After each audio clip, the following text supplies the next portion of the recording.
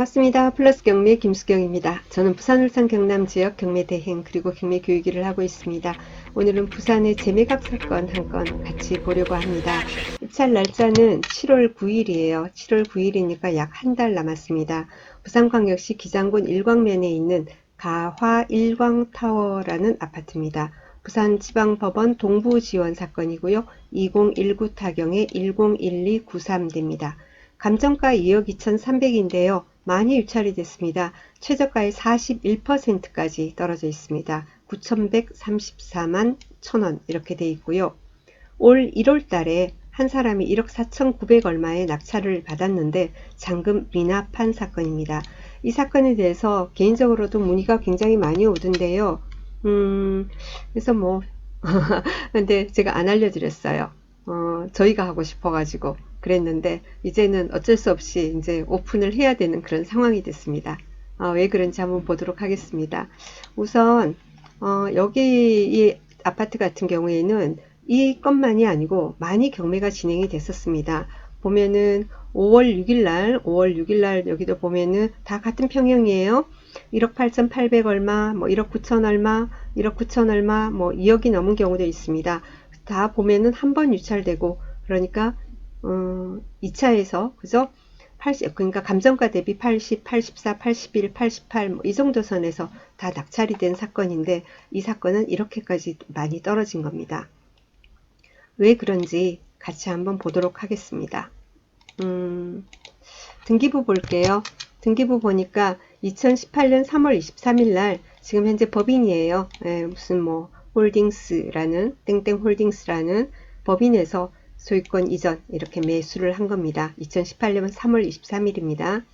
그리고 그날 근저당 설정이 바로 됩니다. 경남 정치망 수협에서 담보대출 해주고 근저당 설정을 했습니다. 바로 제일 위에 근저당이 나왔으니까 여기 이 근저당이 말소 기준 등기가 되겠죠. 그 밑에 보니까 정땡땡씨 개인 그죠? 해서 또 근저당이 있고 그 다음 가압류도 있고 밑에도 가압류 많이 있어요. 경매는 수협에서 들어왔습니다. 그런데 여기 수협 보면은 채권 금액이 9억 5,280만원 상당하죠. 그렇지 않습니까? 아파트 시세에 비해서 그죠? 자, 그런 것은 궁금하지 않습니까? 그럼 여러분들 등기부를 한번 열어보세요. 등기부를 열어보면은 공동담보 이런 말들이 있어요. 그래서 이 한 건을 가지고 한 게 아니고 여러 개를 묶어서 여러 개를 매수하면서 여러 개 묶어서 한꺼번에 얼마 이런 식으로 진행이 됐던 겁니다. 여튼 2018년 3월 23일 날 근저당인 겁니다. 여기가 말소 기준 등기예요. 자, 그러면 현황조사서 한번 보겠습니다. 법원의 현황조사서에는 어떤 내용이 나오냐면은 갔는데 아무도 못 만났다 예요. 폐문 부재해서 사람을 만날 수 없었다. 그래서 이제 조사 취지를 알리는 안내문을 현장에 두고 왔다. 그리고 동사무소 가서 전입신고 열람을 하니까 강땡땡이란 사람이 전입이 돼 있더라. 그럼 전입 날짜가 언제냐? 전입 날짜는 2015년 3월 9일이다. 이렇게 현황조사서에는 돼 있고요. 그 다음에 매각물건 명세서 보겠습니다. 매각물건 명세서 작성 날짜는 2020년 5월 21일 얼마 전에 했죠? 그래서 얼마 전에 했어요. 자, 여기 최선순위 설정 2018년 3월 23일 아까 수협의 근저당 나와 있고요. 배당요구 종기일은 2019년 5월 8일이다 나와 있습니다. 점유자 성명 해가지고 강땡땡 아까 뭐죠? 집행관이 현황조사 나갔을 때 전입세대 열람하니까 강땡땡이가 있었죠. 그래서 그 사람이에요. 전입 날짜가 2015년 3월 9일이다. 그 외에는 아무것도 기재된 게 없어요. 어떻게 해요? 임대차 기간도 모르고 보증금이 얼마인지 월 차임이 얼마인지 확정일자는 아무것도 없는 거예요. 이 사람이 권리신고 및 배당 요구를 전혀 하지 않은 겁니다. 자, 이렇게 돼 있는 사건이에요. 여러분 같으면은 선순위가 있단 말이에요. 선순위가 있는데 아무런 권리신고 없어요. 이렇게 모르는 상태에서 입찰 들어갈 수 있겠습니까? 안 그렇습니까? 그런데 어떤 사람이 떡하니 아까 낙찰을 받은 겁니다. 얼마예요? 1억 4,971만 1억 4,967만 1,000원 해서 다행입니다. 그래도 한 명만 들어왔네요. 그래서 이 사람이 이제 미납을 하고 자, 이 사람도 이제 모르고 당연히 받았죠.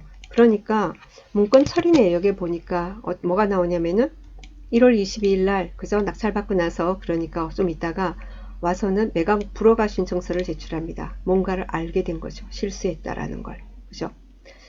자, 그리고요, 또 뭡니까? 또 좀 있다가 2월 17일 날 와가지고 또 뭐 열람 신청해가지고 또 보고 나서 그날 똑같이 2월 17일 날 또 매각 불허가 신청서를 또 냅니다. 근데 이렇게 해봤자 법원에서는 받아주지 않았습니다. 불허가를 받아주면은 입찰 보증금 되돌려 받고, 그죠? 그걸로 말 건데 안 받아주는 거예요. 그래서 이 사람은 할 수 없이 입찰 보증금을 포기한 겁니다. 그래서 미납을 한 거죠. 그죠? 자, 이 사람이 왜 그런 실수를 했나라는 거를 생각을 해보니까 우리 흔히 그런 말을 많이 합니다. 금융권에서, 그죠? 은행에서 대출이 나간다. 은행에서 대출이 선순위 임차인이 있는데 대출이 나갈 리가 있나? 이런 말을 많이 하죠. 그 말에 너무 꽂혔던 거 아닌가라는 생각이 들기도 해요. 자, 그런데 아까 말씀드렸다시피 이 한 건을 가지고 한 게 아니고 여러 건을 이 법인에서 매수를 할 때 여러 개를 묶어서 여기서 대출이 나갔단 말이에요. 그러니까 이 한 건 정도의 보증금은 은행에서 수요 배수도 인지하고 그러고 나갔다, 그런 어떤 가능성도 생각을 할 수 있어야 되는 거예요. 그리고 나서 그 밑에 보면은 개인 근저당 있고 막 이런데요. 이 사건 저기 뭐 문의도 많이 왔지만은 제가 이제 그 강의 시간에 강의 자료로 이제 사용했던 사건입니다. 이 사건을 푸는 방법은 어떻게 되냐면은 내가 볼 때는 임차인이 맞다. 왜냐하면 있어요. 이 아파트 같은 경우에 처음에 임대 아파트였습니다. 임대 아파트 보면은 왜 임대하고 일정 기간 지나면은 분양 전환하지 않습니까? 예, 그랬기 때문에 이때가 분양 전환하는 그 시점이었었거든요. 2018년도. 그렇게 해서 이 사람이 여기서 이 법인에서 이제 매수를 한 거거든요. 예, 그렇기 때문에 먼저 전입돼 있는 이 사람은 그러니까 임대 아파트일 당시에 그래서 전입돼 있는 그죠? 그 당시에 임차인이 맞을 거다라고 저는 생각을 하게 된 거죠. 그래서 그런데 그 금액을 알아야지 얼마를 인수한지 알아야지 입찰을 들어갈 수 있을 거 아닙니까? 그래서 여기에 정치막 수협 쪽으로 문의를 하고 수협에서 답을 잘 만약에 못 얻는다면 또 있잖아요. 근저당권자 정땡땡씨 있지 않습니까? 이 사람도 아무것도 모르고 이 사람이 뭐면 3억 6천을 그죠? 후순위로 이렇게 대출을 해줄 때 후순위 담보 대출을 해줄 때 이 사람들도 얼마나 정확하게 모든 내용 계약서라든지 다 확보하고 하겠습니까? 그죠? 그러니까 수협에서 일단 1차적으로 알고 있고 그 다음에 후순위 근저당권자인 정땡땡씨가 알고 있고 그리고 뭡니까? 직접 방문해서 찾아가면은 강땡땡씨를 만날 수 있으면은 되는 거죠. 세 군데를 통해서 확인할 수 있는 겁니다. 수협을 통해 확인하고 후순위 근저당권자 확인하고 개인에게 확인하고. 그럼 수협 같은 경우에는 어떻게 해요? 여러분 인터넷에 두들기면은 그죠? 경남 정치망 수협 두실 지점 뭐 이런 식으로 치면은 바로 나와요. 그죠? 근데 거기가 여기가 맞나 하는 생각이 들면은 등기부 열어보시면은 이런 은행권도 보면 은행 주소가 나오지 않습니까? 그 주소 보시고 인터넷 검색해서 나오는 것 주소하고 뭐죠? 동일한지 확인하시고 그럼 동일하면은 그쪽으로 대부계로 문의를 하시면 되는 겁니다. 문의를 하시면 되고요. 거기서 답을 못 얻으면 뭐라고요? 후순위 근저당권자 정모씨 이분에게 문의를 하면 되는 겁니다. 이 사람은 그러면은 인터넷 두들긴다고 이 사람 이름 친다고 나오는 거 아니잖아요. 안 나옵니다. 그렇죠? 전화번호는 안 나와요. 그런데 등기부 등본을 보면은 이 사람 주소가 나오지 않습니까? 물론 그 사람이 주소지가 거기로 돼 있다 하더라도 물론 뭐 이전을 얼마 전에 했다든지 해서 뭐 없을 가능성도 뭐 약간은 있을 수 있겠지만은 있을 가능성이 더 높으니까 그래서 전화번호는 안 나오지만은 방문을 해서 문의를 하는 방법이 있고 그리고는 뭐라고요? 전입되어 있는 이 강모 씨, 이 집으로 직접 찾아가서 확인하는 방법이 있고 그렇지 않겠습니까? 그래서 세 군데나 물어볼 때가 있는데 그런 어떤 미납을 했어야 되겠냐라는 생각이 듭니다. 그래서 저도 수업을 하면서 내가 전화를 했더니 이렇게 얘기를 해요. 내가 알아보니까 보증금 얼마래요. 그러니까 얼마 감안해서 얼마를 인수하고도 뭐 남는 금액이 어떻게 될 때 언제 입찰하세요. 뭐 이런 식으로 저도 수업을 한 게 아니라 뭐냐면은 방법만 알려드리고 방법을 알려줬으면은 그 얘기를 듣고 관심이 있으면은 쫓아다녀 가지고는 그걸 확인하는 사람이 입찰을 들어가면 되는 거니까 예, 그렇게 했었거든요. 그래서 누가 입찰 들어갈래나 어떻게 하고 있나 이러고는 있는 차에 아직 입찰 날짜 많이 남았잖아요. 그런데 말입니다. 채권자가 제보를 한 겁니다. 채권자가 채권자라는 게 수협인지 아니면은 그 밑에 후순위 근저당권자인지는 저도 정확하게 모르지만 후순위 근저당권자 아닐 건가 하는 생각도 들어요.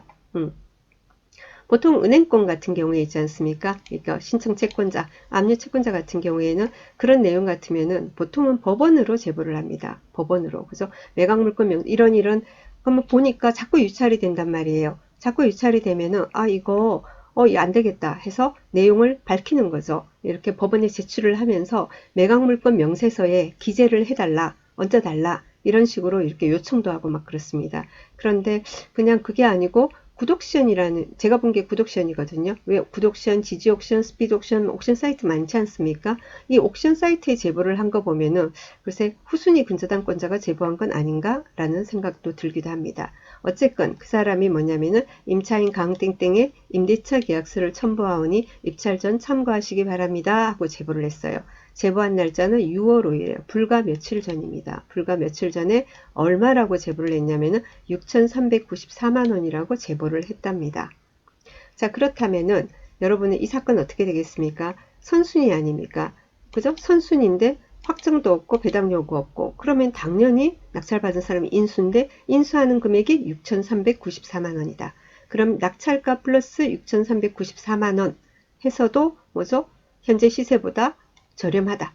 뭐죠? 얼마라도 저렴하다. 이러면은 입찰 들어가면 되는 거겠죠. 게다가 명도비도 안 들지 않습니까? 이런 사건은. 그죠? 그쵸? 자, 그러면은 지금 현재 시세가 어떠한지 같이 한번 볼까요? 이왕 보는 김에. 어떻게 되냐면 59.865 59.865 이 아파트 이렇게 보니까 다 같은 저기예요. 다 같은 겁니다. 평면도 한번 볼래요?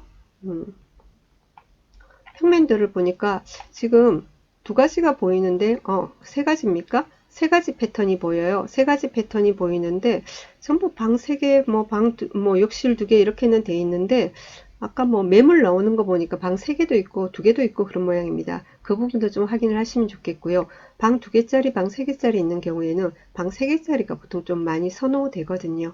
83 A타입, A타입 해가지고는 지금 보이는 이 패턴이 나오고 83 B타입은 분양 세대가 한 세대랍니다. 극히 이 B타입일 가능성은 극히 드물고요. 또 뭐냐면은 그 다음 그냥 요거 84제곱미터형 요거 같은 경우에는 전용 면적이 경매하고 좀 달라요. 경매는 59.86이니까 그죠? 그래서 아마 지금 이 패턴이 지금 열리는 이 패턴이 아닐까라는 생각이 듭니다. 이 보니까 방 2개인데요. 그 다음에 이제 확장형이 되면 이 패턴으로 되는데 이러면 3개가 되는군요. 기본형 이렇게 봤을 때는 기본형 봤을 때는 뭐죠? 이렇게 침실이 2개예요. 침실이 그죠? 이렇게 2개인데 이렇게 방 3개로 선택을 할 수도 있었나 봅니다. 이렇게 하면 방 3개가 되고 이렇답니다. 그래서 해당 평형 같은 경우에 방이 2개인지 3개인지 방 2개인지 3개인지 어떻게 알아요? 왜냐면 그것도 뭐 방문해서 알아봐야지 어떻게 하겠습니까? 그죠? 그래서 지금 매물 한번 볼게요. 매물 보니까 2억은 다 넘어요. 2억은 다 당연히 넘어요. 지금 물론 라인마다 층마다 이제 시세가 달라지겠죠. 지금 103동 3층에서 그죠? 3층짜리가 2억 1천 보이고요. 31층 이런 거 고층은 2억 3,500, 어떤 건 2억 5,500 뭐 이런 식으로 쭉 있습니다. 그리고 이런 거 시세 판단을 하실 때요. 주의할 것은 뭐냐면은 뭐 임차인이 있어서 세 안고 그죠? 세 안고 매매 금액하고 입주 가능한 매물하고는 좀 기준이 많이 달라집니다. 우리 이제 경매로 실입주하는 사람 말고 투자하시는 분들은 특히나 더 좀 이렇게 뭐 좀 저렴하게 하고 싶어서 막 그러는데 너무 그런데 몰두하지 마시고요. 이런 경우 시세 판단을 하실 때는 세안권 매물 기준이 아니라 뭐죠? 입주 매물 기준으로 해가지고 시세 기준 잡으셔가지고 얼마간 저렴하게 이렇게 하셔야 될 겁니다.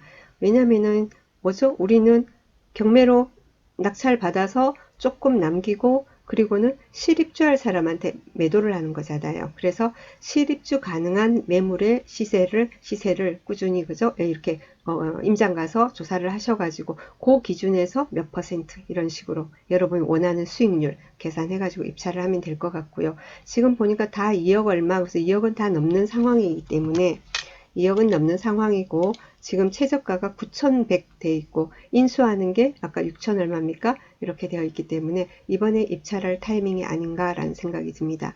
그래서 채권자도 애가 타서 이번엔 입찰해도 돼요. 이렇게 제보를 한 것 같다라는 생각이 듭니다. 이 사건 문자로도 문의 많이 왔었는데요. 일부 몇 분한테는 자꾸만 물어보면 저도 이제 요런 방법으로 알아보세요 라고 제가 했었는데 알아보셨는지 모르겠습니다. 오늘 이 사건 문제 없어요 라는 게 요지가 아니라 이런 경우에 어떤 식으로 답을 이제 문제를 풀어나가느냐라는 그 방법을 여러분께 말씀드리기 위해서 했어요. 어떻게 해요? 담보대출 나갔으면은 그 근저당권자에게 물어보고 근저당권자 은행 있고 후순위도 있잖아요. 그럼 후순위 근저당권자한테도 물어보고 가압류권자는 모르지만은 담보대출 해준 그런 어떤 근저당권자들은 이 내막을 잘 알고 있거든요. 저희들 같은 경우에 보면은 접대는 낙찰받고 이제 소유자 연락처를 알고 싶은데 방문해도 만날 수가 없었고 그리고는 은행권 있지 않습니까? 아니 그 서류 열람 법원 서류 열람을 해도 대출 관련해 가지고 서류들이 쭉 들어오면서 그 채무자 전화번호가 있는 경우가 있고 없는 경우가 있어요. 그래서 열람을 해도 알 수가 없었고 방문해도 알 수 없었던 그런 경우에 그때도 후순위 근저당권자 주소가 있길래 그 집으로 직접 찾아가 가지고 만나 가지고는 그 채무자의 이제 인적사항, 그죠? 전화번호라든지 여러 가지를 알아서 그렇게 해서 컨택을 한 경우도 있습니다. 그래서 등기부를 잘 활용하시기 바랍니다. 은행권 같은 경우에는 인터넷 두들기면은 주소가 나오죠, 그죠?